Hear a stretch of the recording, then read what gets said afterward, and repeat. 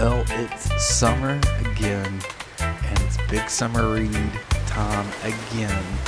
And we're here on a beach, and it's so warm, and the sky is this deep red. And wait a minute, this isn't sand, this is ash. And the sky is red because we're at Mount Doom. Mr. Drew, sir, wake up! Mr. Drew, wake up! As you guys know, Big Summer Read has started, and this is our first, I guess, check-in, even though Tolkien, way back in the day, knew that we were going to do a Big Summer Read of Lord of the Rings in the future, and he was nice enough to divide it up for us into 3 separate books so that we would have nice little points to check in.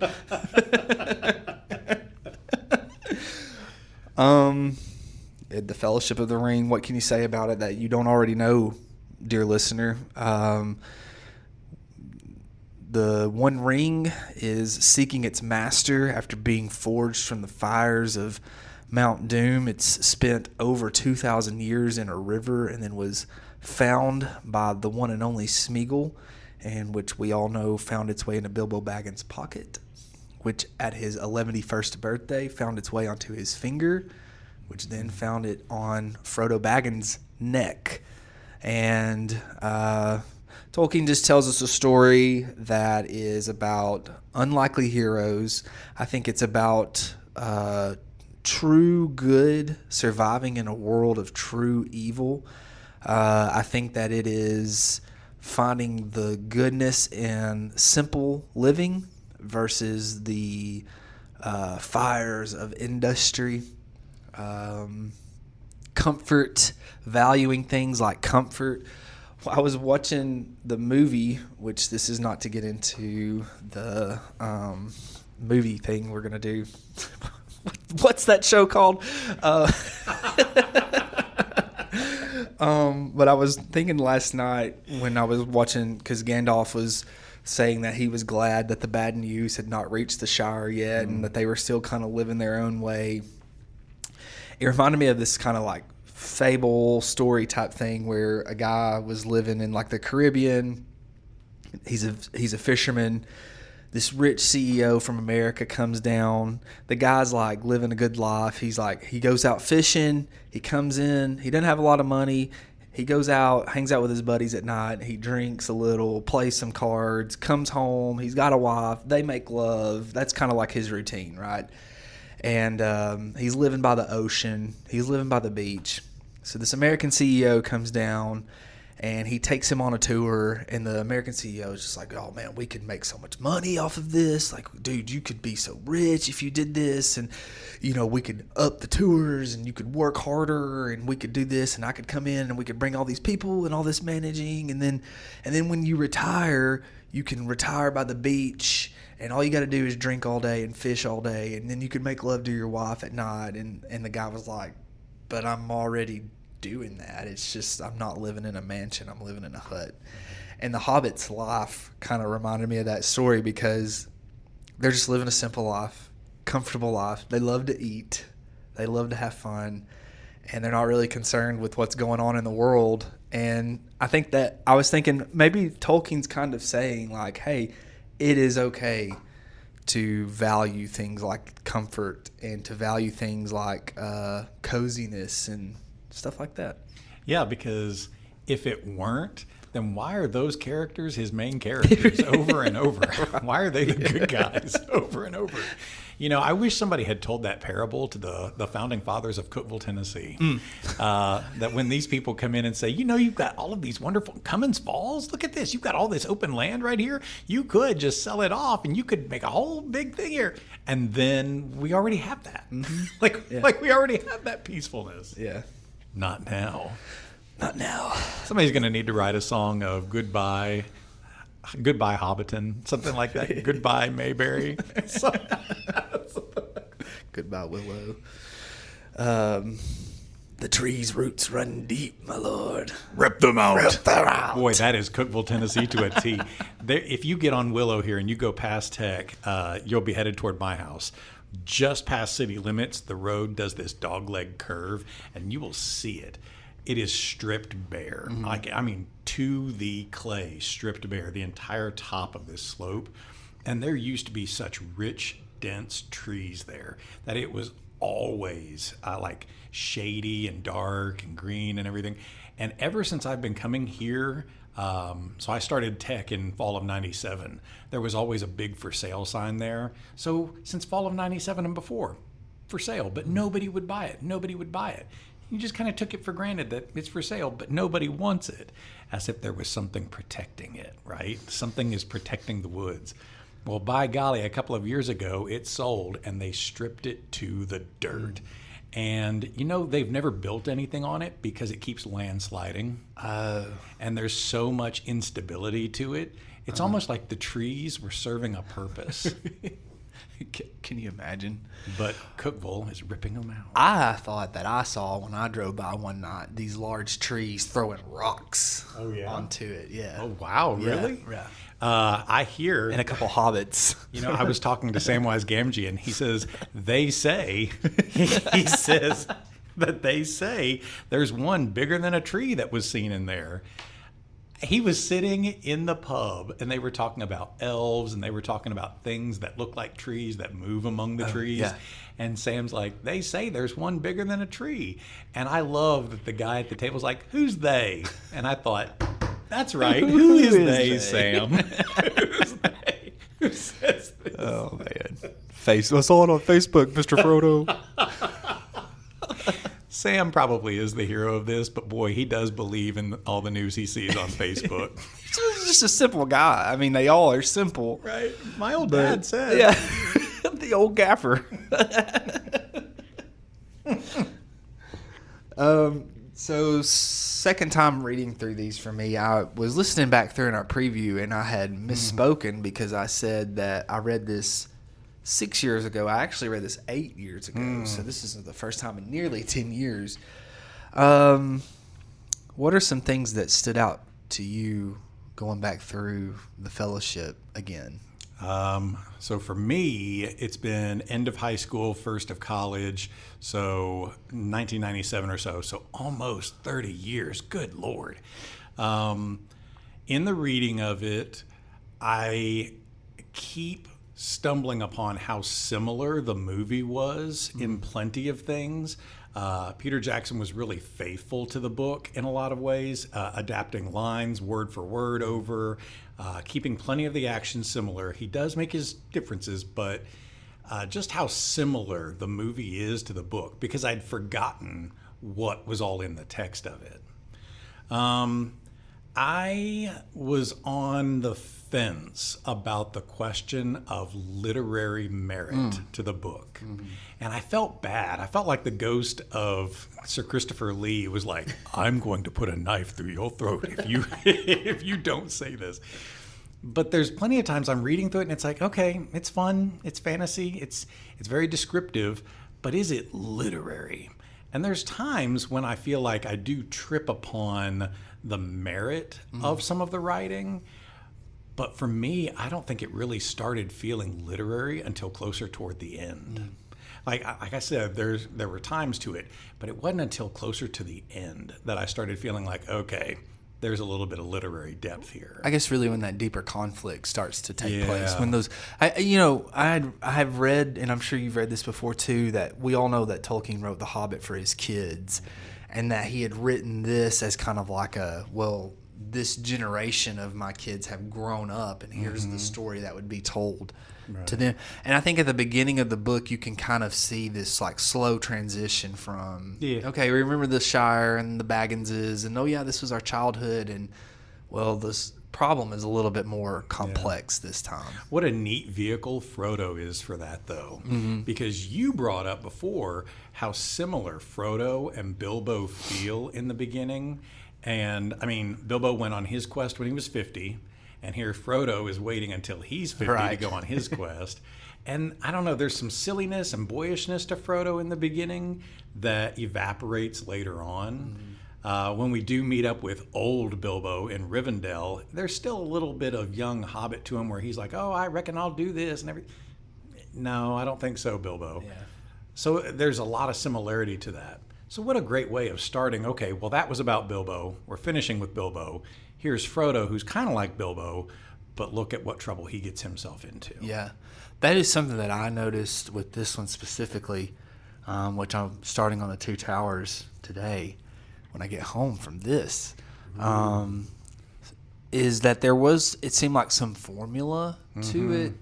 And I wonder, though, it's right now off the top of my head, it's kind of making me think about when they came back out with The Force Awakens. Oh, yeah. And how it was kind of like a retread, but at the same time, I feel like that was a decent Star Wars movie, so we were kind of like, well, it was cool, you know. Yeah. Tolkien has the advantage, I think, in a novel of extending into these more complex problems, whereas in a movie you probably don't really have that. I think you can with certain scripts and certain movie makers. I think you can. Not with Disney.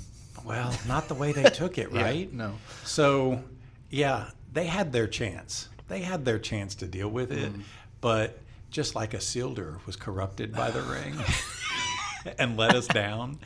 The Force Awakens, I remember walking out of that, kind of shrugging my shoulders and said, man, it's what I expected. Yeah. It's what I expected. I wasn't wowed by it. It was just, yeah, okay. Yeah. There are some things I would have changed. Like, I think a lot of us expected Finn would have been a Jedi in waiting, something like that. Which, if you watch the Lego ones, he is. Right? Right? But while that one set me up with a little bit of expectation of, okay, we're following the formula, Tolkien doesn't leave it at the formula. He moves on from that. Right, yeah. And Rian Johnson could have not left it with the formula, but what he did with the next one, he was like, I'm just going to try to remake Empire Strikes Back my way. Oh, you thought so? Oh, yeah, absolutely. Empire Strikes Back. See, Empire Strikes Back is such a chase movie, right? They're always chasing after the Millennium Falcon. And that's exactly what he did here. That's true, yeah. Oh, we're going to have a battle on a snow planet here. Well, it's a salt planet here. But it's like, we're going to reveal the big bad here. Oh, the big bad is not really anybody here. Yeah, Like he was, I just felt trying to reinvent the wheel. Or not even reinvent. He was just trying to copy and paste the wheel. You could have done something different. And Tolkien does, I think, by the end of this. He's got an entire fellowship of people, an ensemble cast of different conflicts, different subgroups that are going to break up eventually in Two Towers. There's a lot you can do with it. Well, he had in The Hobbit with Thorin the temptation of the dragon sickness and things like that, which you see that with Boromir and wanting the ring, but I just think that it did seem more grown up, and I think, like you said, I did think some of the same things. I think that it's very literary myself, but I did think some of the same things at the beginning of the novel, where I did feel like that Tolkien was like slowly walking towards the deep end as opposed to just throwing you in. Yeah. And I think that that's probably a smart decision by a smart author, because if we had been Hobbit fans in the 30s, and then the Fellowship comes out and we're excited about this seemingly sequel, and then immediately it's like these like deep complex issues, I think that probably would have turned some people off, maybe.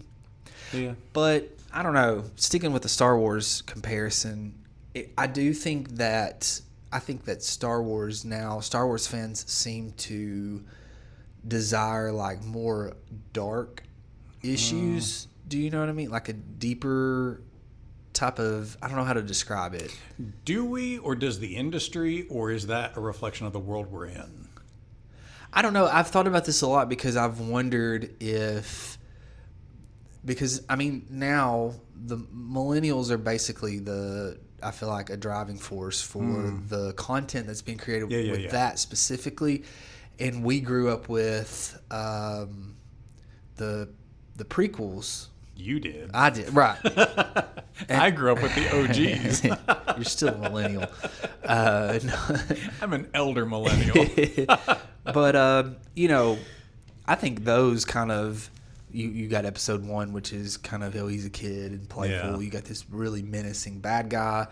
the second one's like a love story, but then the third one is like really deep and dark. Yeah. And I just wonder if like my generation desires that more, because it is it is complex. I think that darker things, that it doesn't have to be that way, but I do think when you are venturing into like a darker storyline, you are starting to venture into complexity because you're having to do a lot of self-examining and things look like at the original 3, and do you know I have a hard time watching A New Hope anymore? Oh, really? It's so silly. I like it. It's so silly though, and I know that's what it is. But out of the first 3, which is the best one? Oh, The Empire Strikes Back. Which is full of darkness, which is full of realizing that the people you've idolized and the people you've hated might actually be the one and the same person, right? Right, yeah. That the lies we tell ourselves are actually maybe a little bit closer to the truth. It is a darker story. And then you potentially lose somebody left and right. You lose your own hand and stuff like that. What even are we? Out of the Disney Star Wars content, which do you think is the best one? Because I already have my answer.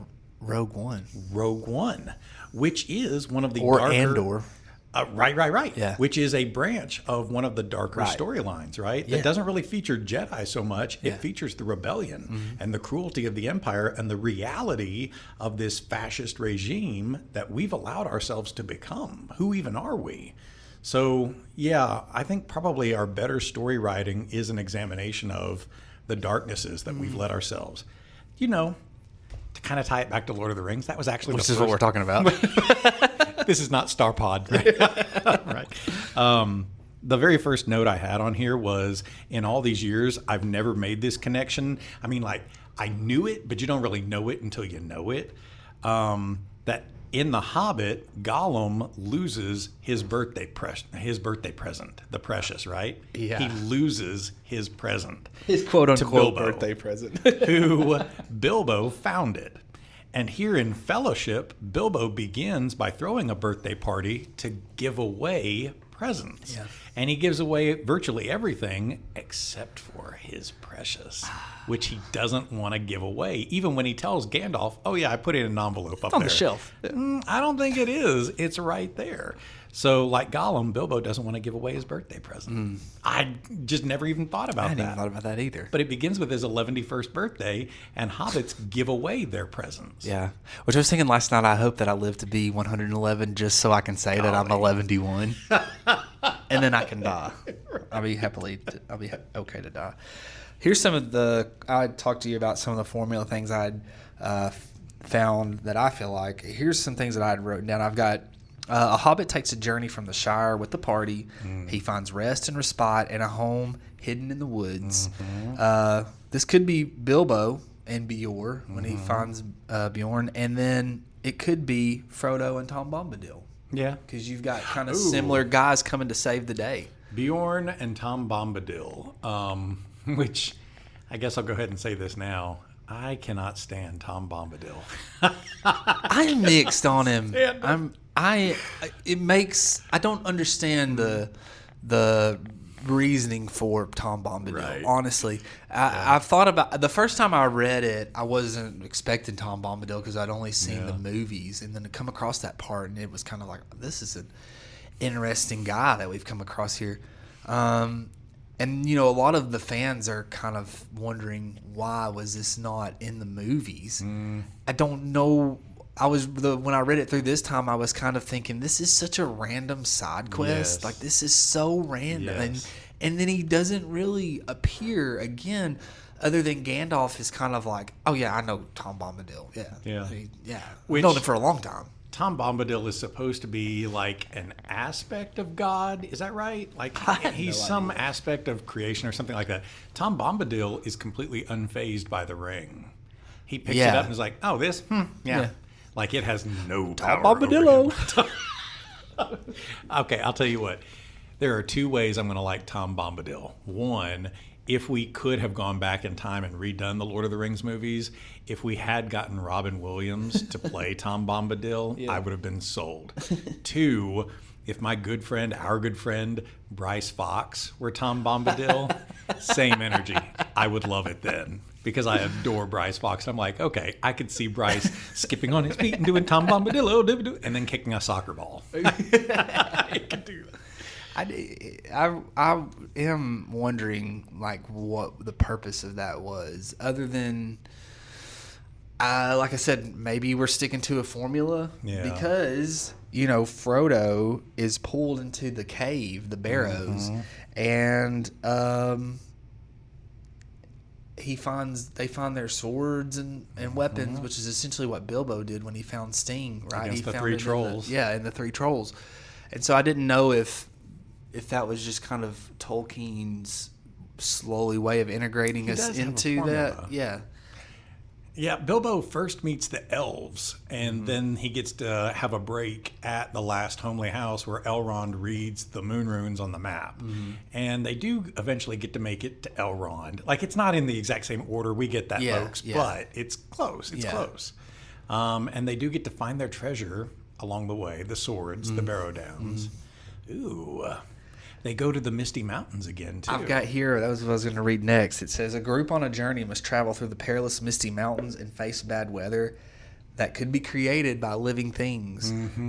So who could we be talking about? Like, right, The Hobbit, or are we talking about Lord of the Rings? Now, I will say this. The Hobbit, it's the stone giants. Right, they're throwing rocks in a storm because they play soccer in a storm. Right. In the Fellowship, Gimli keeps talking about, and I'm probably going to butcher the name, Caradhras. Caradhras, thank you. Caradhras is kind of the reasoning behind the malice towards them.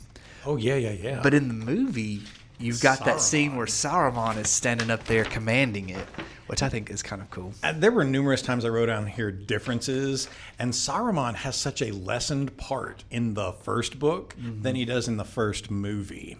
He is such a motivator and an antagonist in the first movie, but in the book, I remember he shows himself off as, haha, I'm Saruman the White now, and he briefly imprisons Gandalf, and that's all you get to see of him. Yeah.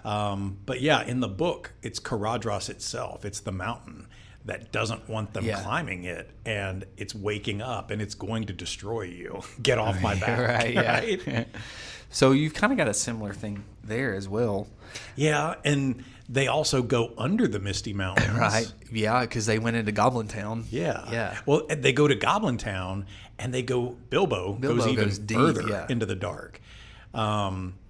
And that's a part that I always used to teach in my honors class, because I felt like in that part of the book, Tolkien kind of stumbled into really something psychoanalytical. Because in The Hobbit, he meets Gollum down there in the Underdark on a reflective pool, and Gollum, who is an anti-Hobbit, he's like the equal opposite of a Hobbit, he and Bilbo start riddling in the dark. And what an intellectual chess match, back and forth. It's basically looking in the mirror and having an argument or a battle of wits with your anti-self. And the only thing that saves Bilbo is not any stratagem or wit. He accidentally cheats. And he's just like, oh, well, what have I got in my pocket here? That's not fair. That's not fair. And he gets chased out by something deep, deep, deep in the dark. But here in Lord of the Rings Fellowship, they do the same exact thing, where they're going through the bottom of Moria and, in a way, pass through a goblin town of sorts. Yeah. And then get chased out by something deep in the dark. You could argue that Gandalf goes against anti-Gandalf with the Balrog. Ooh, that's true too. Because it's like Legolas is when that's in the. There's a quote where he sees the Balrog and he goes, ah. He's like, a Balrog! Legolas is a different character in this book. Have you noticed that? Yeah. He is a different guy than Orlando Bloom. I like how when they are on Carteros and he goes to like Boromir and Aragorn's like, we're gonna go check this because we're men and we can push through the snow, and Legolas is just kind of sitting there watching him, and he's like, okay, I'm gonna go check too, and he runs on the snow, and it says when he runs by he waves at him. Yeah, he even takes his little shoes off and then runs by them. Where was the Legolas? What do your elf eyes see? Oh, right. So Gandalf, I am not a Tolkien scholar. I am not nearly on the level of Stephen Colbert or any of these people out there. So audience, if I say this wrong, forgive me. He's trying. Gandalf as a wizard is not a human, right? He's one of the Maiar. Yeah. Who are kind of sort of like angels that were put on this world of Middle Earth by the creators. Maiar are kind of like angel figures. Yeah, I've always kind of felt the wizards were almost like a super elf class. Okay. Yeah, from reading the Silmarillion, they're almost like guardians. They came over with the elves when the elves left the old world to Middle Earth. The wizards kind of came as guardians to kind of keep watch over them a little bit. But the Balrog is also a fallen Maiar, right? Isn't it kind of like I'm pretty sure that I read somewhere that it's like a fallen Maiar or a corrupted one. So when you said the Gandalf versus the anti-Gandalf, yeah, in a way it is. I didn't know that. Well, and he, jumping ahead, when he has that standoff at the bridge of Khazad-dûm, he yells at it, right? Oh, what's the line? Because it was so good, it was like right out of the movie, right? He says... What does he say? Because it is, yeah. Oh. It's like word for word. Dude, we can't not say it right.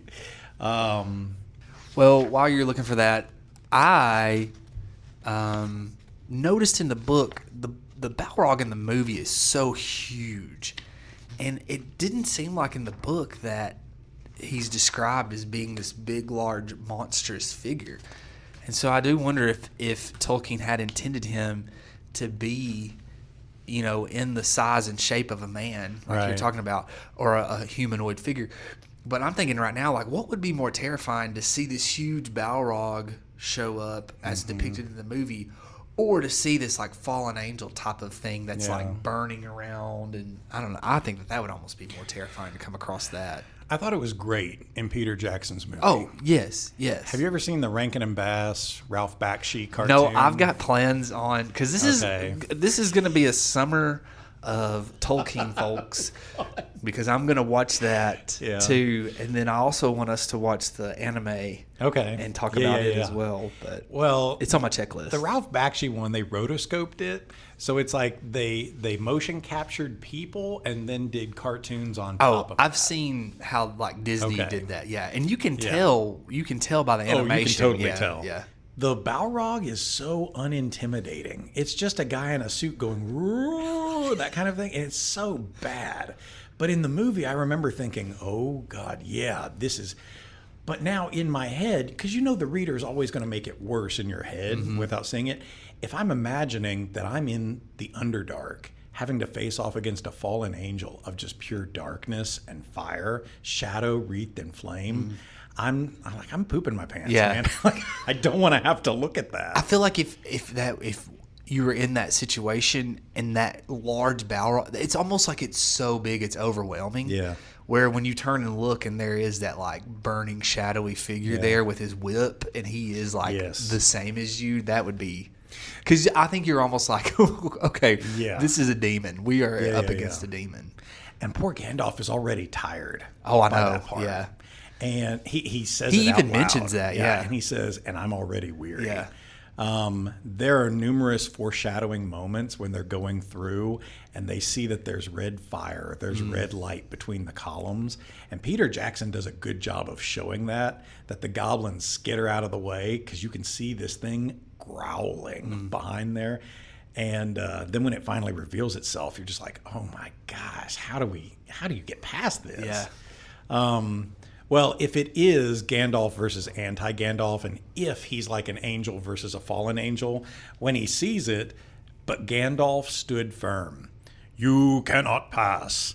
The orc stood still, and a dead silence fell. He says, I am a servant of the secret fire, wielder of the flame of Arnor. You cannot pass. The dark fire will not avail you, flame of Udun. Go back to the shadow. We all know those lines. So what is Arnor and Udun? Do you know? Arnor, is that not... That's the original place that they came from, is it not? It's basically the sun. Yeah, okay. When he says, I'm a keeper of the secret fire, flame of Arnor, he says, I'm literally wielding holy sunlight at you. Like, I'm going to kill you with God's own sunlight.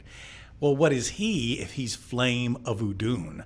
Udun is just a variation of the subterranean fortress that Morgoth had. So it's like a perverted, hellish underworld fire. So it's fire versus fire, but it's God's holy fire versus hellish underworld fire. And you can't beat this. Yeah. That's so good. You cannot pass. That bothered me. As a I shouldn't say grammarian, as a teacher of grammar, in my head, it's always been Ian McKellen's line, you shall not pass. Grammatically, I think that makes more sense because shall is a verb indicative of determination. When we write it into our laws that Congress shall make no laws abridging you of your personal freedoms, why don't we say Congress will make no laws? Well, that doesn't sound right. It doesn't sound right because that's just a statement of fact. Yeah. Congress will not do it. It's not going to happen. But if I say Congress shall not, then I'm implying there's legal guarantees that this is going to be forced. They shall not be allowed to do this. We're going to fight back if they do. So if Gandalf stands there and tells him, you will not pass, then that's just a statement of fact. You're too big and fat. You're going to break the bridge. You're not going to come over. But if he says you shall not pass, it's so much more forceful than you cannot pass. He's saying, if I say you shall not, I ain't going to let this happen. Yeah. Do you think, though, I'm thinking, though, if I am saying you cannot pass, Gandalf's tired and weary, if that's like a desperation, like you cannot come through. Do you see what I'm saying? I still want to hear Ian McKellen saying you shall not. I like Ian McKellen saying, but I kind of think I like it better with him yelling the you cannot pass. Yeah. Which I wonder what the thinking behind that was. I wonder if that was Ian McKellen changing that or if Peter Jackson changed that. I don't know. And I mean, I'm sure they had these same conversations of which one sounds more assertive. How do we want to depict this character? Yeah. So it generates so much more sympathy when I see Gandalf in this scene because there's times throughout the narrative when I just had a different take on Gandalf. In the movie, he shows up as old family friend, and Frodo hugs him from the start and is like, "Oh, keep your secrets then, whatever." But that's not how he shows up in the book. He shows up at Bilbo's with a couple of dwarves, and everybody's real secret about it. Frodo doesn't even talk to him. He's just like, I mean, it's Gandalf, but he doesn't talk to him. And then along the way, Gandalf is somebody that we were desperately waiting for to show up. But I don't know, he's kind of provocative whenever Peregrine Took's around. He's got some snarky comment for you, Pippin, every time you open your mouth. And then there's times when it's like there's almost funny things that he says. But here in the Underdark, he is exhausted. And he's doing everything he can to keep the light going and hold them together. They get cornered in the tomb of Mazar Bul, where Balin's tomb is. And they get assaulted, and they're like, here, let's block all the doors. No, that's the mistake the dwarves made, that they blocked all the doors, and they got cornered in here and killed. Keep that east door open. Whatever, we have to get out one of these ways. Nobody's thinking of that, but Gandalf is. And he's just so exhausted with having to hold this. He's holding this thing together with his fingertips right now, you know? Well, and I think Ian McKellen does a really good job in the movie of kind of giving like a knowing when Frodo chooses to go under the mountain. Yeah. You can tell Gandalf is kind of like, I know what's under here, and I do not want to. But in the book, that was different. Did you notice that? Whose idea was it to go over Caradhras in the movie? Was it Gandalf's? It was Gandalf's idea. Yeah. Because in the movie, he knows the dwarves have dug too deep. There's bad things down there. In the book, no, Gandalf doesn't want to go over the mountain. It's Aragorn's idea. So we have to abandon the mountain. He's trying to kill us. Gandalf's idea is that we should just go through Moria. I've been through there before. It's a more direct shot. He knows it's going to be dark, but we should just do this. And Gimli loves the idea. He's like, oh, I'll finally get to reconnect with Balin. Oh, yeah, this would be great. We'll reconnect the Dwarven kingdoms. But yeah, that was a big difference. A subtle one, but a big difference, I thought, because it does indicate motivation. Like, there's deep, dark things down in Moria right now. Gandalf is one of, if not my favorite literary character of all time. I just think that he's just so well done in some of the things that we were talking about, because he just kind of vanishes from the scene, and you kind of always in the back of your mind when they're going through some of these issues, you're thinking, where is Gandalf? And then he always shows up just at the right time. The kids got Lego Hobbit, and so I was kind of showing them some of the scenes. I know I talked about how I'm not ready for them to watch Lord of the Rings yet, but the Hobbit movies are so poorly done that I just kind of don't really care with that. The first one I think is really good, actually. I really do. So I was showing them the troll scene, and I was trying to explain to them, because they had like connected with Gandalf immediately on the video game.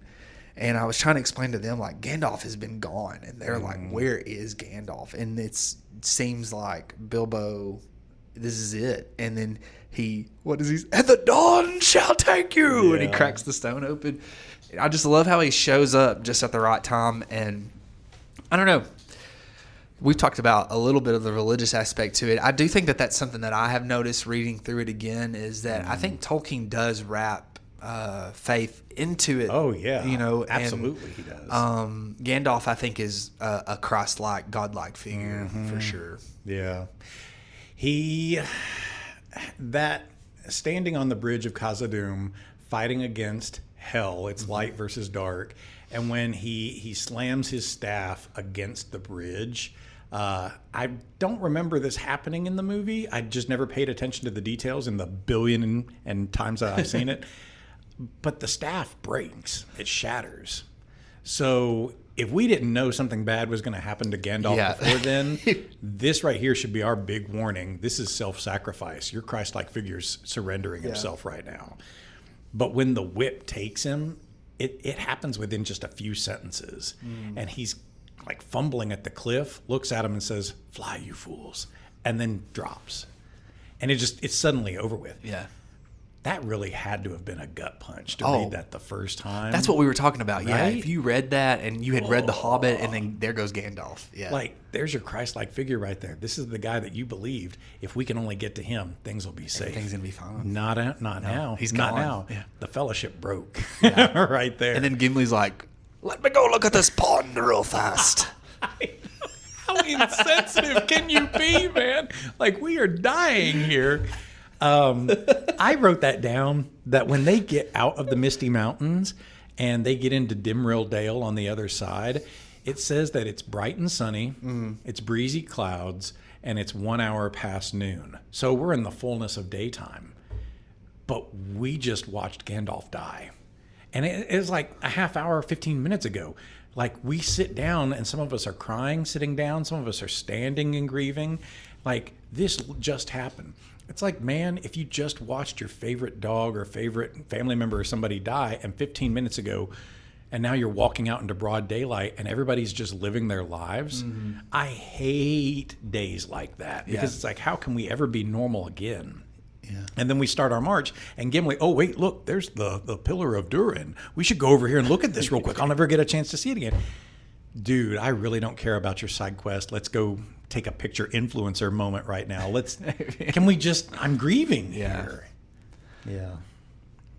I also thought that was, again, we've read The Gunslinger, and when Jake falls under the mountains and the gunslinger has his choice of, do I go or do I save Jake?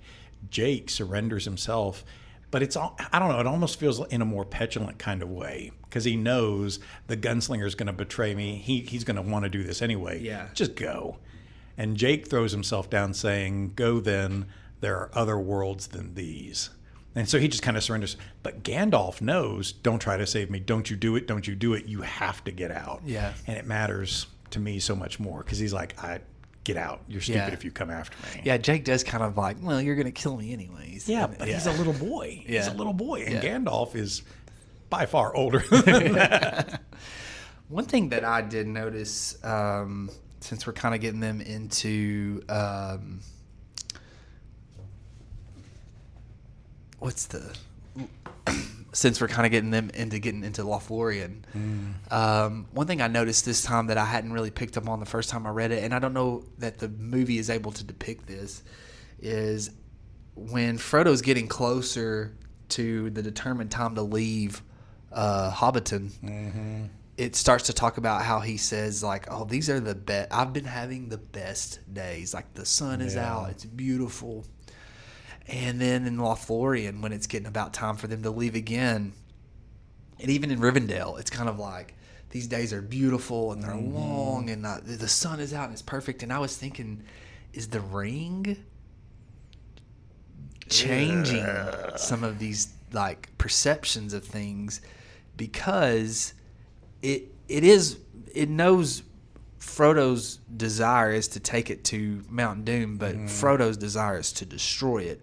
So I just wondered if it was trying to get, because that was one thing that even Elrond was saying, was like, we can't keep it here. Yeah. It's going to get found eventually. Yeah. We cannot, even in Rivendell, we can't keep it here. It will be discovered. And so I just didn't know if the ring was trying to pull and slow their journey down, even if it was enough to give the Nazgul a chance to track it down. That's an interesting take. So the ring has a will of its own, and it will deceive you. It will use you as long as it wants, and then it will ditch you, just like it did Isildur, right? And just like it did Gollum as well. It had enough of Gollum, and when Bilbo comes along, it's like, here's my way out. It intentionally loses itself so that Bilbo can find it. It never loses itself from Frodo. True, he does wear it on a chain, and that makes it more difficult to lose, but it never intentionally loses itself from Frodo. Part of me wonders if the ring isn't just fine and dandy staying with Frodo, because it knows that you want to destroy me, but this is a straight shot right back to Barad-dûr. Sure, yeah. Like, we're going to get there. Probably my fastest route back is staying with this hobbit. I kind of took it as, when you get ready to go do this trip you don't want to do, and you start appreciating so much more the summer vacation around you. Summer is always hotter and brighter in August, right when I have to go back to work. And fall break is always so much nicer right before I have to go back to work. Like, you notice these things that you're soon to lose, and they're never going to be. So it's like, part of you is seeing it through a different lens, because I don't want to leave yet. That just reminds me of Friday. We went to the beach, and it was our last day at the beach. And Mary Beth said that because there was not a cloud in the sky. The breeze was like there, but not too heavy.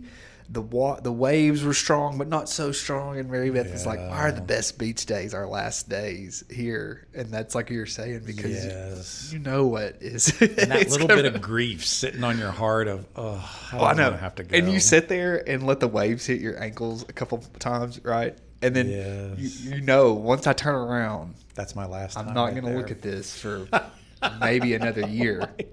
And if something this is going to be morbid. I think about that a lot. Like, I think about, if I turn around, if something happened to me in a year, this could be the last time I ever lay eyes on the ocean, you know? So that is something to think about. I think thoughts like that when April and I rent a cabin for our anniversary, because it's always fall, October, Smoky Mountains, beautiful time to be up there. And I look forward to that year by year by year. And when we get to the cabin, it's always like, oh, it's the beginning of summer break. It's the beginning of fall break. It's the beginning of. So there's so much excitement and joy. It's the beginning.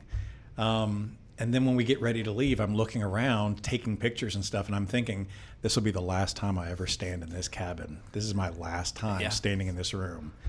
But I also think stupid thoughts like that. I was at Big R here in town the other day, which is like, I don't know, it's like Rural King or something like that.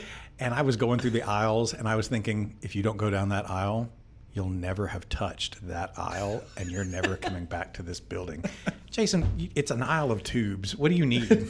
Nothing. But those weird thoughts, right? It's because you're slowly turning into Hank Hill. You want to look at all the hardware parts in the hardware store. If I don't buy that propane, I'll never have it. Yeah, it's a weird thought to think of what you're soon to leave when Rivendell is just so perfect. Man, if we could stay here. But in the road, whenever they find that hidden cache and he doesn't want to have to leave, it's that oasis. You don't want to have to leave the oasis, but the oasis isn't the end goal. Hemmingford Home. Hemmingford Home. Yeah. They don't want to have to leave. Yeah. Even Boulder itself is kind of like an oasis. Yeah. So we talked last summer was Summer with the Stand, and we've talked about how we've seen numerous parallels. Yeah. And I didn't think about it. But yeah, Mother Abigail at Hemmingford Home was kind of like Elrond at Rivendell. I think she's Gandalf. I agree with that. But finally getting to meet her there and be hosted at Hemmingford Home was like meeting Elrond at Rivendell. And here you get to wake up and have some food and fellowship, and we get to sit here. She also has that little prophecy for them at the end of the book when she sends them on their quest. And I swear, when I was reading Elrond say it, that this will be the fellowship, and there shall be 9, and of them, I was like, God, that's like Mother Abigail making her pronouncement. You will go this very day in the clothes on your back. Yeah. I thought I had made some notes about the Stand and the similarities between it, but I think we've probably talked about those in the previous episodes. Yeah. If you want to go back, you should. They're in the timeline, the Stand check-ins from last summer's read.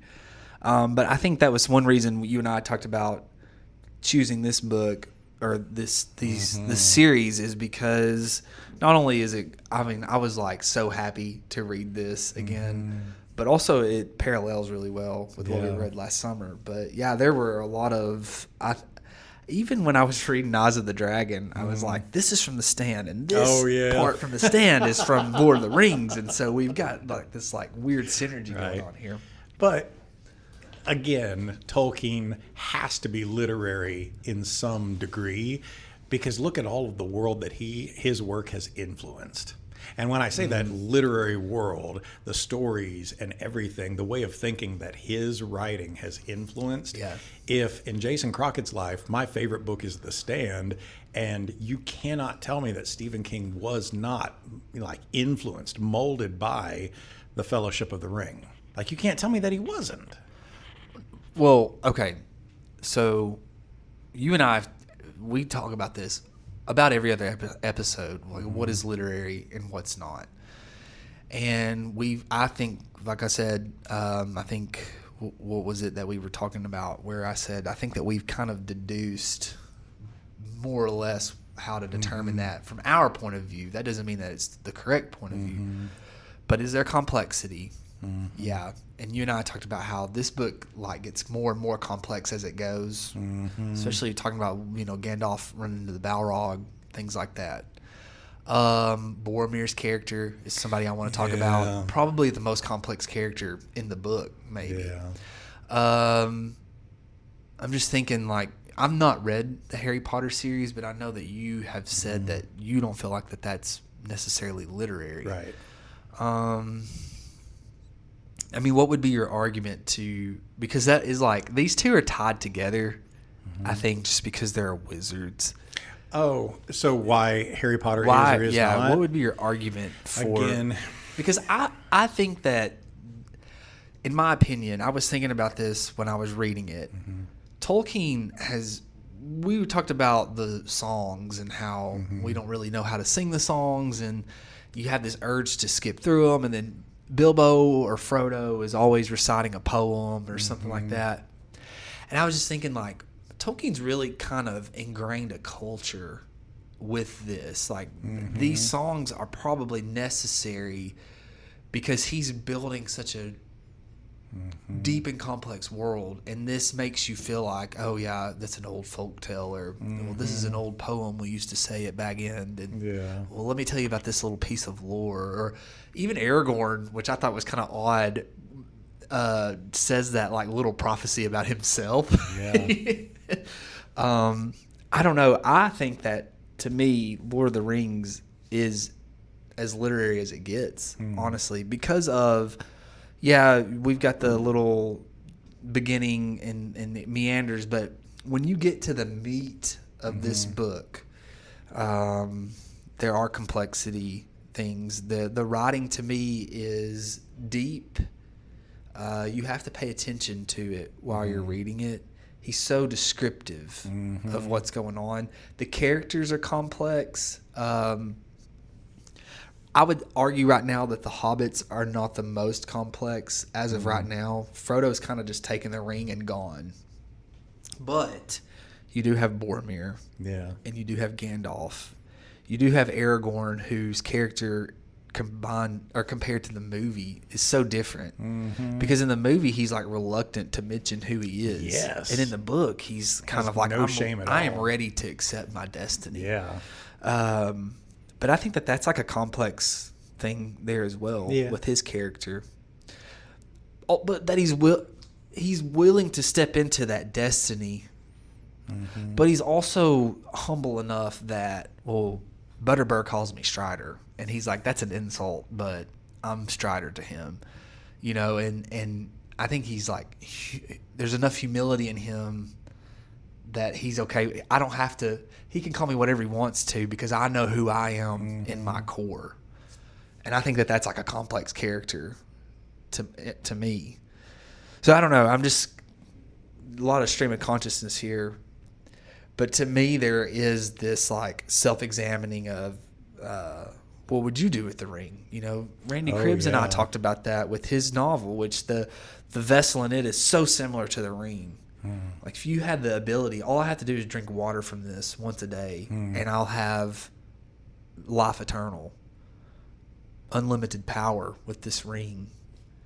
You know, what do you do? And it's easy for us to sit here and say, I would not do that. But if it's right there, do you know what I'm saying? So just some really deep, complex issues.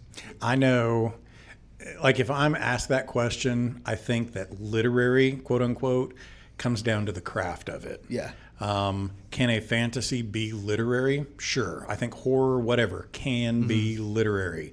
But that's all in the building of it. It doesn't matter whether it's a story about wizards or not. It's all in the building of it. And I think that I have been so coached up to expect that quality literary writing needs to be tightly packed sentences of metaphor and description, and that what Fitzgerald can do with 50,000 words needs to be what most writers can do with 50,000 words. And that's not fair. That's not true. That's just not true. But Harry Potter doesn't do that. Harry Potter does not do that.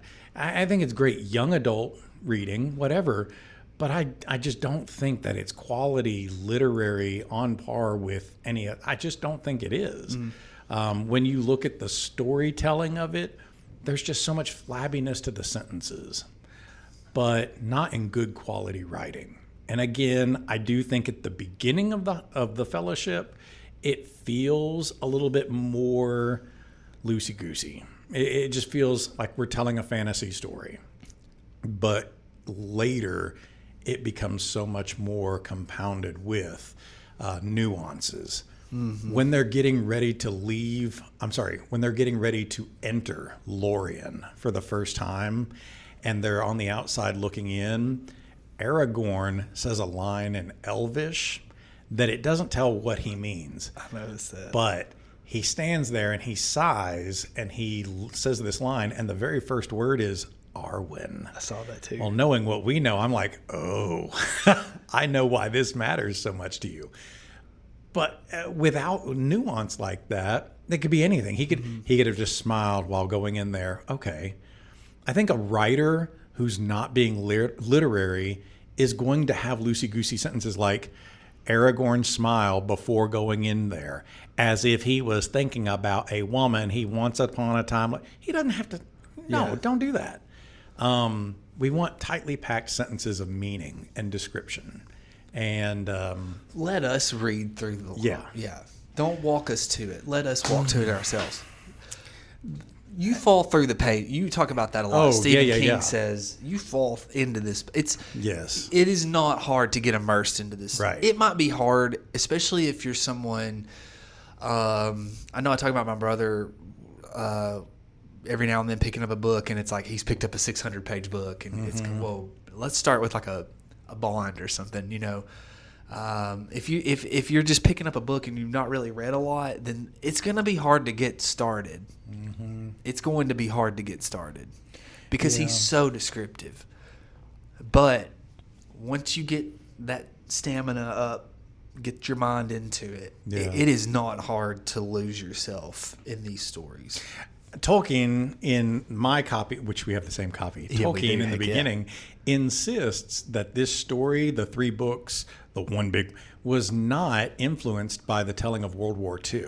Oh. He says it was not. He also says that he is against allegory as well. So I don't think you're being truthful. I think you're not being a truth teller. Randall Flagg says that truth tellers kind of hunker down. We don't need to sit in these chairs. So let's hunker down and tell some truth. I feel like there's multiple parallels to whatever's going on in the world of 1947 and 52 and stuff that we can see are the repercussions of World War II, and we see it in here.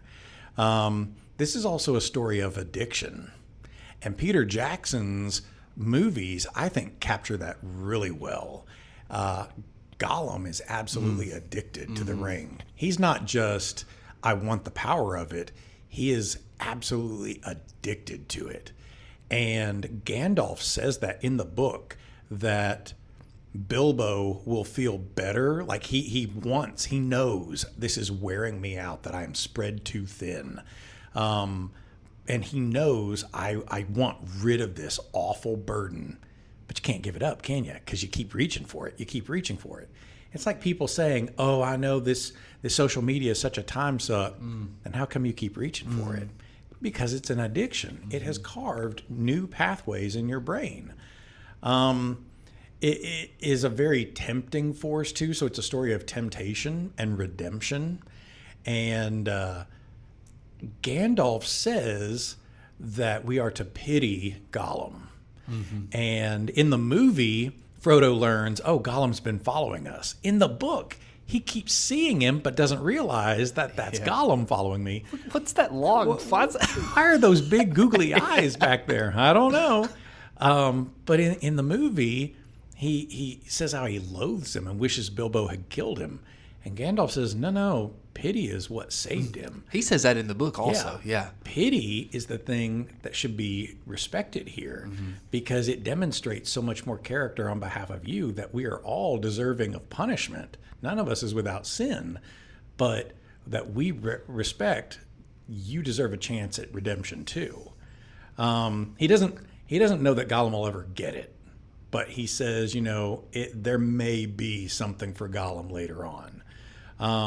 Which I think Gollum's like Trash Can Man. I think I think he is too. Right? Yes. In the movies, that line is developed so much because Frodo sees a parallel between himself and Gollum. I'm becoming this thing, and if we don't have pity for Gollum, you don't have pity for me. He is stabbed by the Morgul blade, which leaves a lasting wound in him that I could be turned to the dark side just as easily as anybody. And I know by the end of it, Boromir, when Frodo says, well, I just need an hour to think this through and I'll make my decision, Boromir's watching him and steps off. And like a friend, puts his hand on his shoulder and is like, let me help you. I can do this. And goes off onto his tangent. I would wield the ring. I would summon everybody to my banners. I would be a great king. Dude, you had said, that this whole temptation of the ring, I would never admit that I deserve that ring. Because Jason Crockett, just like Gandalf, just like Boromir, I would use it for good. Oh, yeah. I would wipe America clean of its corruption. But what would I become? I would become evil incarnate. All of my good works would be turned to wickedness. There is no using the ring for a good purpose. You can lie to yourself all you want, but it would never. Well, Galadriel even says, she says the same thing that Gandalf says, is I would use it for good. But she says, basically, I would kill Sauron, but what you would do is replace one Dark Lord for another Dark Lord. Yeah, a queen who's bright and terrible as the dawn. There was a great, I loved Twilight Zone, And there was a great episode of Twilight Zone where it was in the Civil War, at the end of the Civil War, and the Confederacy is just getting shellacked left and right. And this guy is watching this town that has a bunch of Yankee troops in it, and it goes suddenly silent. It's like just dead quiet. And he's like, we got to get down there and investigate. And he finds there's this whole platoon of Yankees that are frozen. They're just standing there like statues. And this old man reveals himself and says, I done it. I read out of this here book. And he says, it's a book that the devil give me. And it's full of black magic and spells, and I can teach it to you, Johnny Reb. You can save the Confederacy. You can turn the whole Yankee army to stone right now. And he is so tempted, but he knows if I do that, I'm joining the Legion of the Damned. I'm joining Satan. Like, I might save my country, but I would replace a president for the devil. And what are you going to become? Well, that's taking the ring, you know, that I could save Minas Tirith, but at what cost? Yeah. Boromir, I think, is probably in this story the most complex character in this book. I was going to say, too, really quick, I was just thinking about this. We were talking about how it seems like this kind of starts off maybe slow in a sense, but, you know, I'm wondering if it starts off like that because Tolkien had the vision of this just being one book. Yeah. And so it's just kind of like, okay, yeah, it's the introduction of any book. Do you know what I'm saying? Yeah. So I'm wondering if maybe that has something to do with it. I put here on my note, though, for Boromir, Sean Bean nails Boromir. Yes, he does. Because he's very much this guy that's like, well, that's not how we do it in Gondor. Or he says, well, you say that about Gondor, but have you ever actually been to Gondor? Things like that. And I was like, we all know that guy who's like, well, my way, the way that we do it is better. Or Boromir also, we got to admit, he's got such older brother energy. I mean, he knows he's his dad's favorite now. And he's been Joe College, and he's been all of this. Like, he can do no wrong. Boromir really doesn't mean to be a jerk, but he also knows I'm the leader of this pack, and I've been coached that way, so why wouldn't I just keep doing this? So yeah, he's kind of set up for that too. He's also kind of like popular kid at small high school, goes to college and thinks he'll be popular guy at big college, and then you meet like Aragorn and Gandalf, and then even Frodo, and you're just kind of like, this kid, he's like 2 feet tall. Why is he better than me? I should have that ring. Elf. What? So one of the things I definitely wanted to bring up was like some differences that are in here, and or even just details. Like, he does such a great job at world building that early on, Elrond and they're talking about, well, this is going on over here, this is going on over here. Rohan, we used to expect horses from Rohan, but they've quit doing that, blah, blah, blah. They've actually been selling horses to Mordor as tribute. And when I read that, I was like, oh God, Rohan? Why would Rohan? And then I remembered who's actually running the show in Rohan right now, and I thought, oh my gosh, Tolkien is just setting us up. We're going to find out, but we don't know that yet. But even that, Boromir's like, that's not true. I walked through Rohan freely and nothing ever happened. And even Gandalf's kind of like, that's whatever, Boromir, but that's not what's happening. He kind of has that moment where he's fed up with hearing from Boromir about stuff like that, because he's like, well, that's just not true anymore, Boromir. Yeah. When toward the end that they are letting Frodo make his decision, should we go to Minas Tirith or what?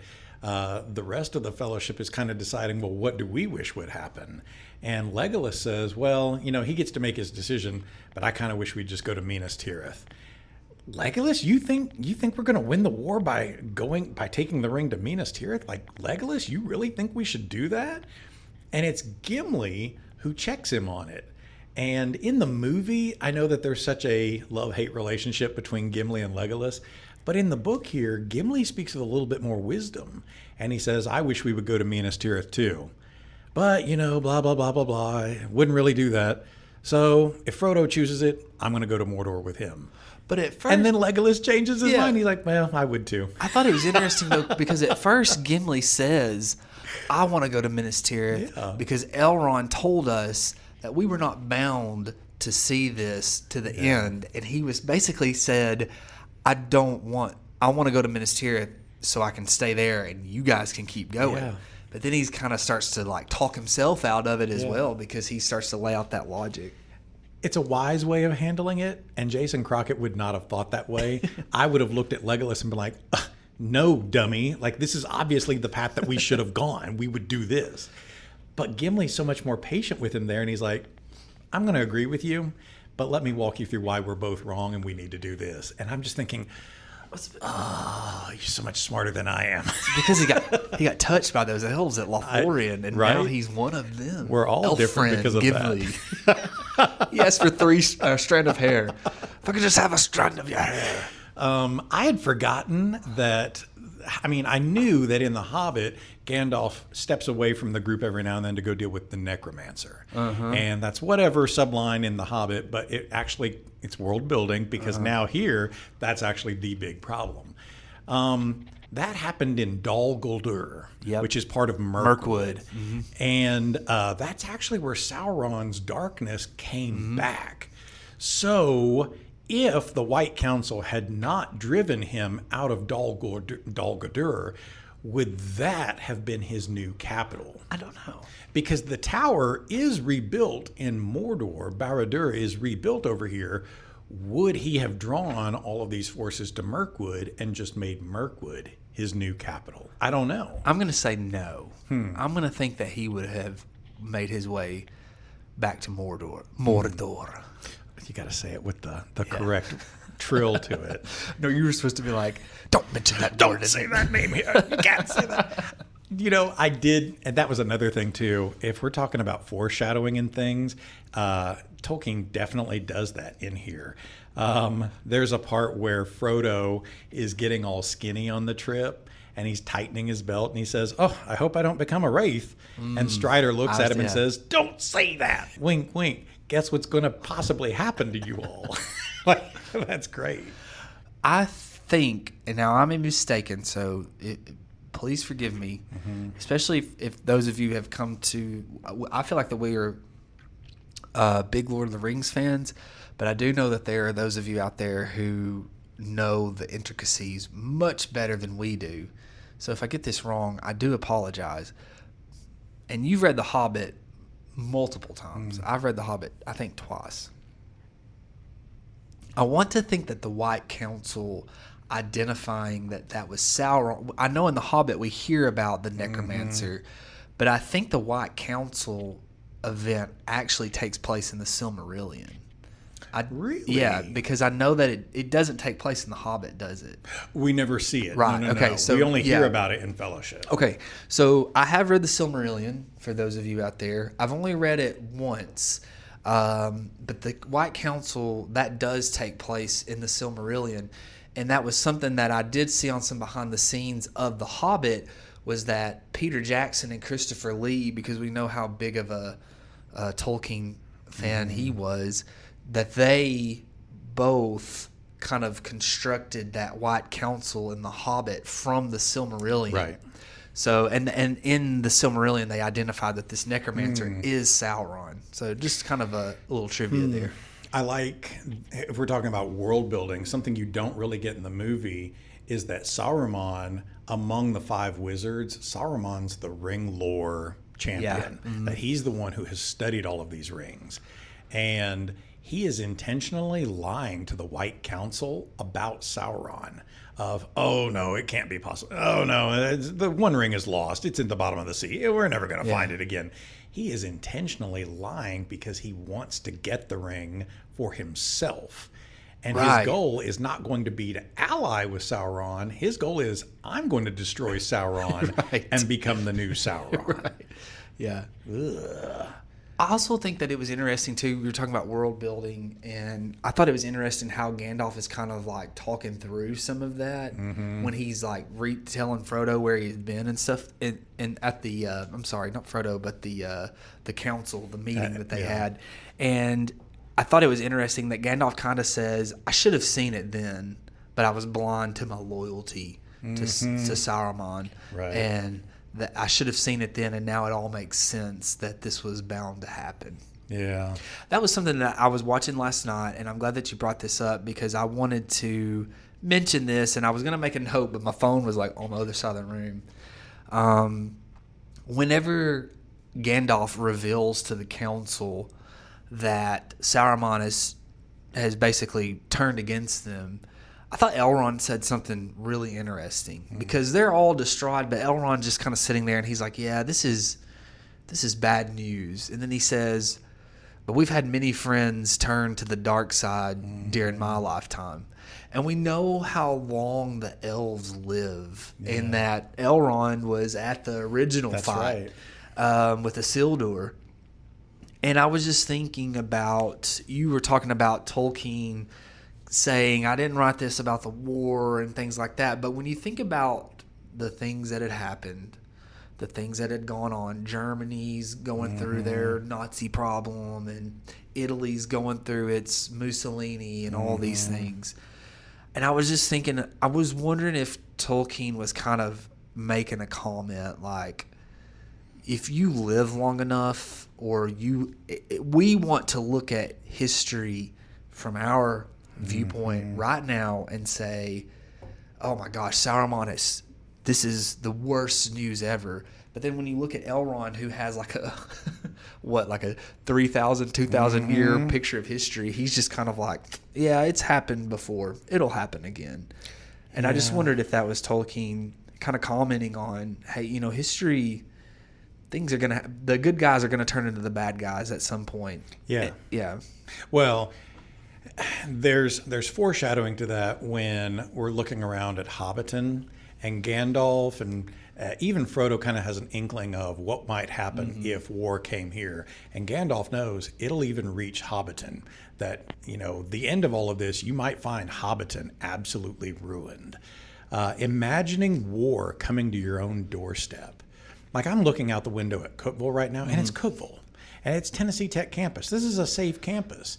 But just like in Prophet Song, if our country too could slide so easily into civil war, if like last summer we were talking about Champ Ferguson, and can you imagine civil war happened right here in our backyard?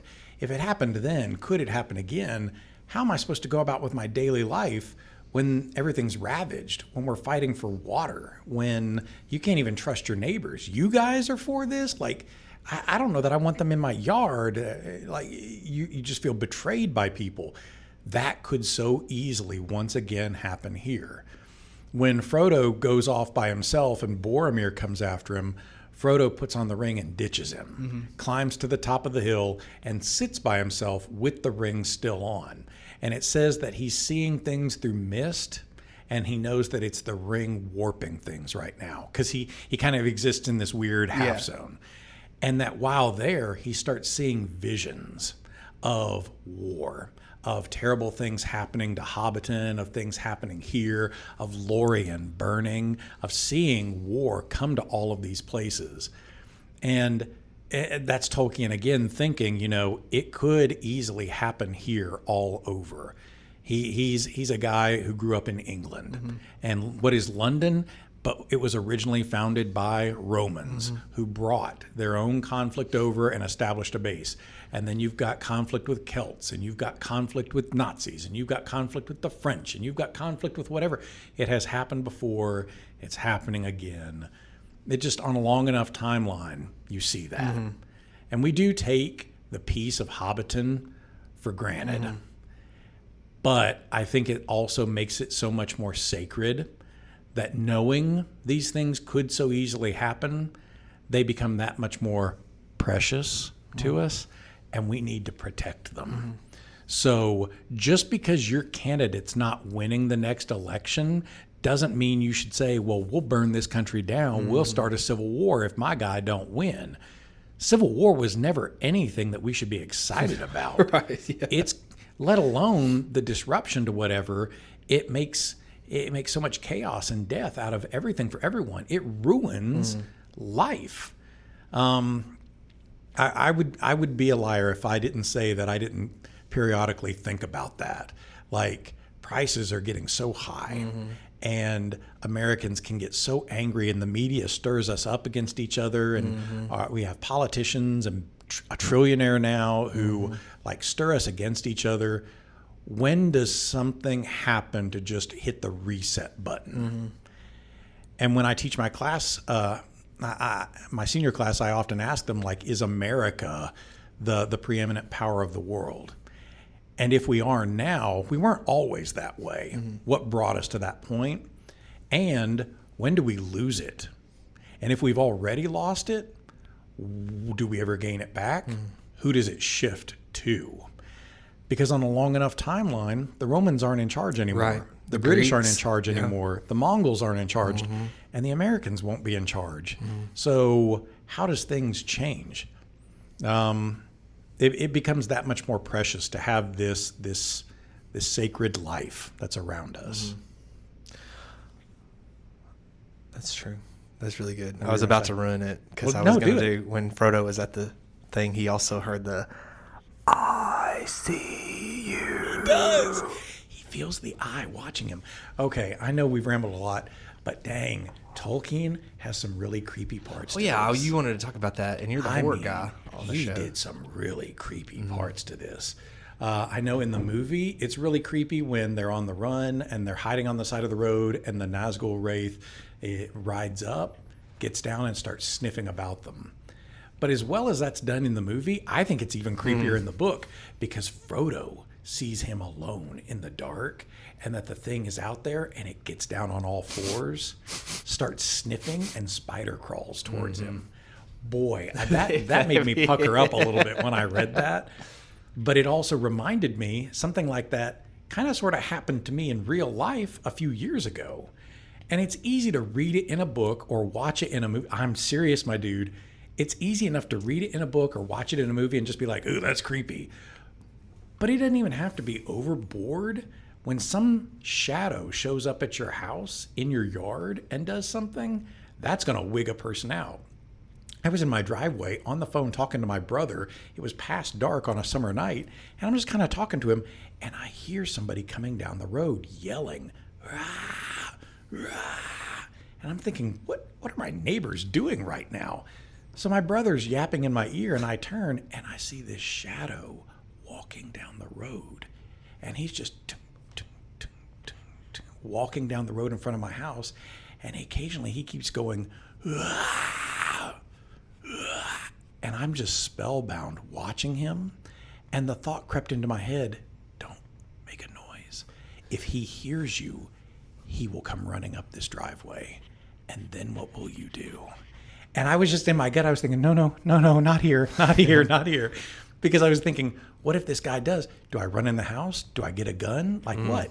And my doors are glass. He could easily break in. I'll shoot a person to defend myself, but I don't want to have to. Right. What do I do? All of this happening within split seconds.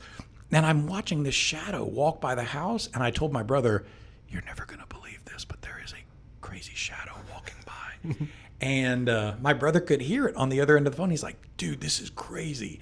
And I watched him walk up the road and go away. And I don't know where he went. Now, it was not a skinwalker. It was not a Nazgul. But I, in one moment, as a grown man, saw a shadow walk on the road by my house.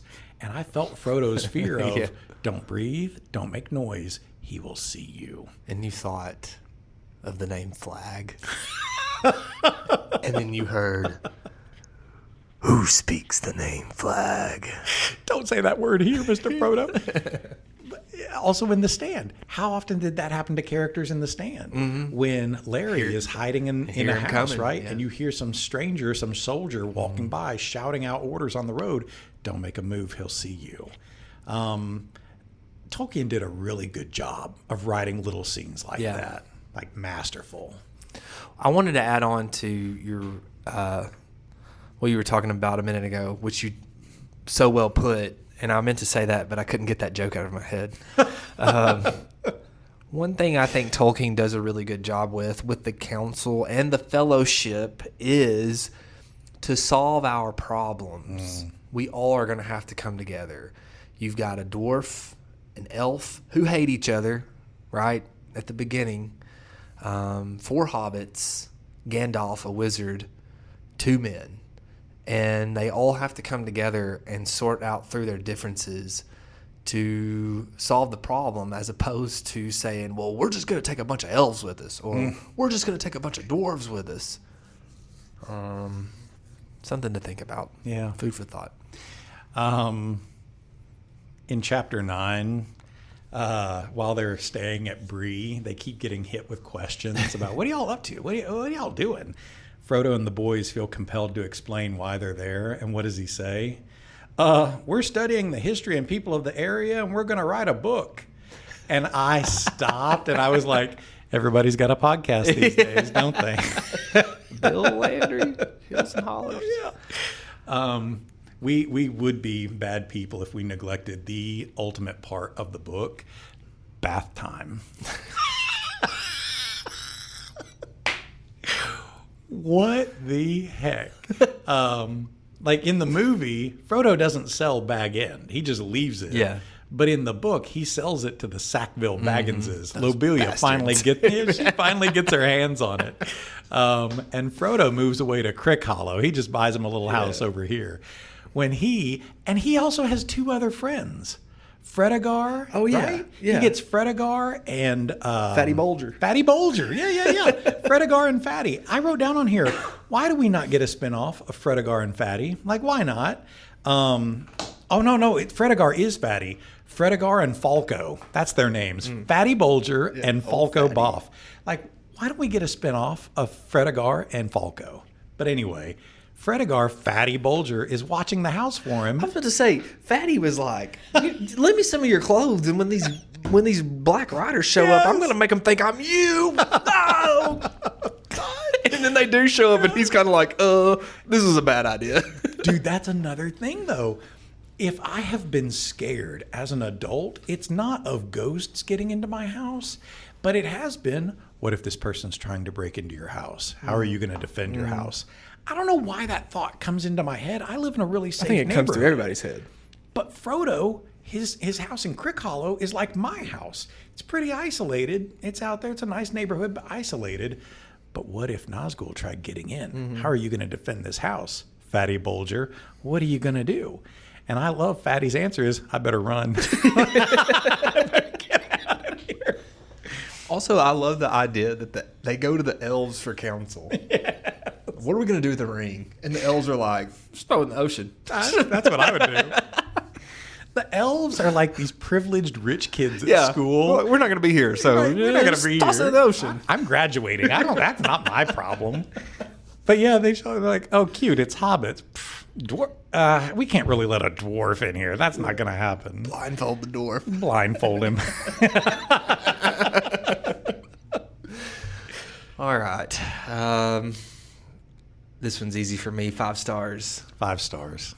I'm giving it a 19 out of 20. I was at 18 in my gut, but yeah. I can't give it a 20 out of 20 because of my issues with the songs. Even though I understand the purpose behind them. That was one thing I wanted to do, and I didn't do a good job of doing it. Is I wanted to take a picture of 2 songs and you and me try to sing one. Oh, jeez. Again, I skipped through most of the songs. I kept saying them. I was like, skip. Through most of them. I don't know. When we sat with Erin Hoover, she said, ChatGPT likes AB, and you said, me too. So does Tolkien. He really likes it too. Oh, man. This is definitely a 5-star for me, and not just because it's a fantasy book that we grew up with, that there's so much world building and there's well-written parts to it. Again, if something's going to stand the test of time, it has to matter beyond the page. It has to matter to our real lives. And if I'm looking at Frodo suffering with, what do I do with this ring, this addiction? Why can I not just give it to somebody that's going to abuse it? Like, you have to respect that there are precious, beautiful things to protect in the world and that we can't take them for granted. Something that I needed to be reminded about was how in the start of Book 2 of Fellowship, it talks about how originally there were 2 great cities or towers of the south. That Minas Tirith was not what it is now. That there were 2 towers across the river. There was Minas Ithil, which became Osgiliath, the capital, which was the capital once upon a time. and there was Minas Anor, Tower of the Sun, which is now Minas Tirith, the big city of Gondor. So why is our capital not Osgiliath anymore? In the movies, that's the war-ravaged ruin of a town, because that's the doorstep of Mordor. Why is it Mordor? Because men allowed it to happen. That Mordor kept creeping closer and closer and closer, and it stands on the doorstep right now. It has taken Osgiliath and turned it into a ruin, and it's looking across the river at the fields of Pelennor, and right there is our white city of Minas Tirith. Like, we allowed this to happen. It's not because, we were doomed by our stars or anything. It's because we kept allowing them to take this. Well, we don't need American influence here anymore. Well, let's not worry about this. That's not my problem. Let's turn the parks back over to this. Let's let these things happen. Where did our greatness go? We ceded it away, and we just continue to keep doing this.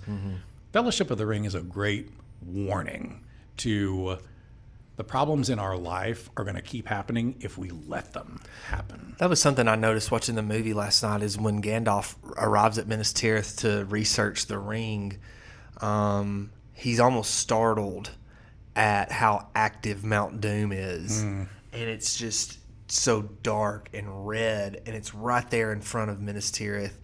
And it's like you said, they're seemingly doing nothing. They're just kind of sitting there watching it happen. How much would you pay for this at McKay's? I feel like this is overpriced at McKay's. I think it's like $12. You think it's how much? I think it's like $12 or $14 at McKay's for like a copy that you and I have. No. I'm pretty sure that the paperback copies of it are like $20. Okay, they probably are. Yeah, $25 or something like that at McKay's. Can we have a peace treaty with McKay's to maybe drive those prices down? The men of McKay's were never there for us. Where were they when the Westfold fell? They won't be here. They won't come back for us. They've driven their prices up. Where were they when the thrifters showed up? If I'm thinking of my hardback copy, How much did you pay for that one?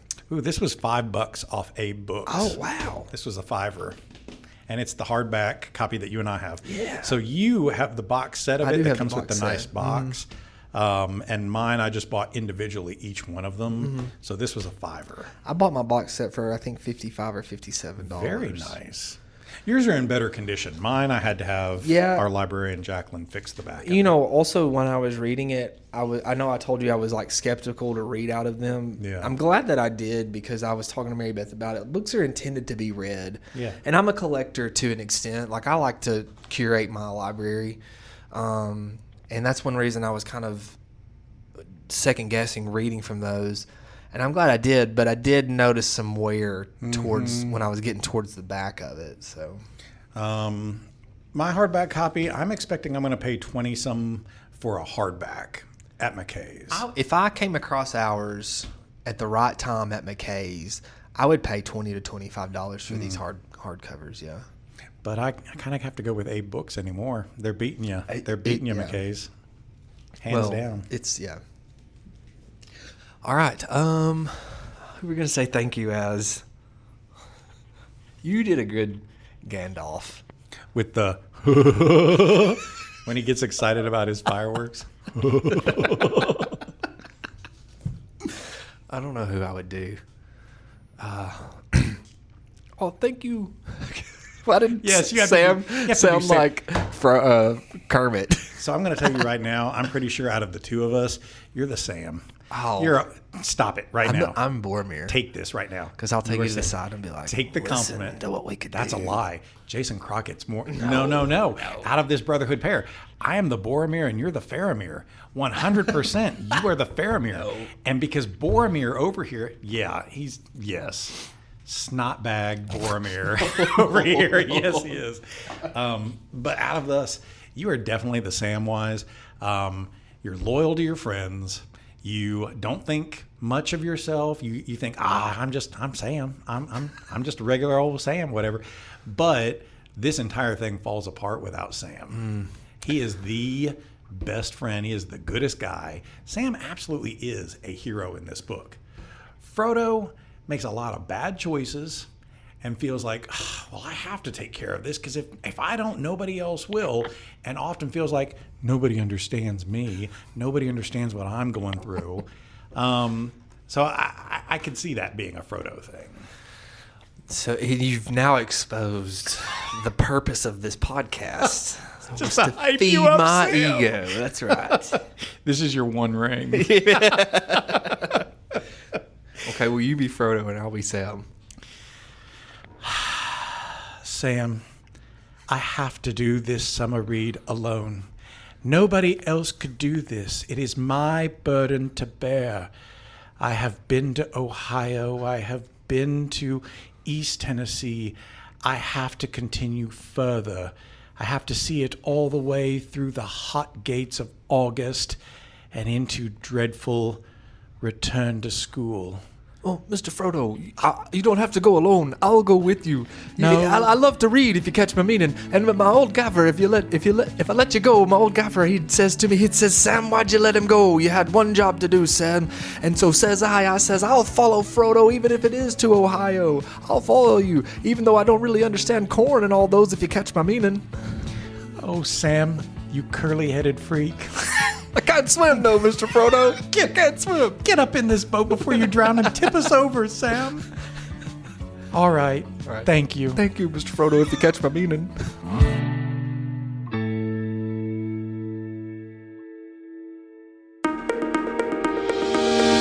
Hey, if you're a fan of good conversations and fresh takes on literature and the kind of school stories that stick with you long after the bell rings, well, I've got a podcast for you. It's called With Honors, and it's where my high school students have taken the microphone, not just to analyze books or talk about our lessons, but to reflect on what we've learned this year, have conversations about what surprised them, how our literature and classroom experiences connect to their real lives. And we talk about everything from symbolism and Poe to the pros and cons of class pets, and all through the voices of smart, curious students who have learned to speak their minds. New episodes drop regularly every week, and every one is a snapshot of what it looks like when students take ownership of their own learning and have a little fun while they're at it. You can find With Honors on Spotify, Apple Podcasts, and our YouTube channel, so check them out.